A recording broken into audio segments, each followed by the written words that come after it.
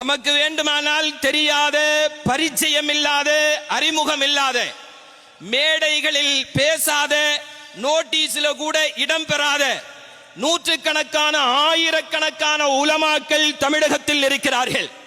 ஆனால் அவர்கள் சார்ந்திருக்கிற அந்த மஹல்லாக்களினுடைய மிகப்பெரிய ஆளுமைகளாக அந்த ஆலிம்கள் இன்றைக்கும் திகழ்ந்து கொண்டிருக்கிறார்கள் என்பதை தமிழகத்தில் எங்கெல்லாம் எப்பொழுதெல்லாம் இந்த உம்மத்திற்கு பிரச்சனை வருகிறதோ அப்பொழுதெல்லாம் உலமாக்கள் அழைத்தால் லட்சக்கணக்கில் மக்கள் வந்து சங்கமிப்பதற்கு அடையாளம் என்ன தெரியுமா?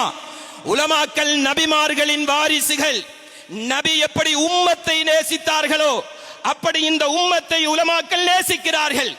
அவர்களுக்கான ஊதியம் வேண்டுமானால் அவர்களுடைய மளிகை செலவுகளுக்கு கூட போதாமல் இருக்கலாம், அவர்களுடைய பிள்ளைகளின் பள்ளி படிப்புக்கு போதாமல் இருக்கலாம், அவர்களுடைய குழந்தைகளுடைய யூனிஃபார்முக்கு கூட போதாமல் இருக்கலாம்.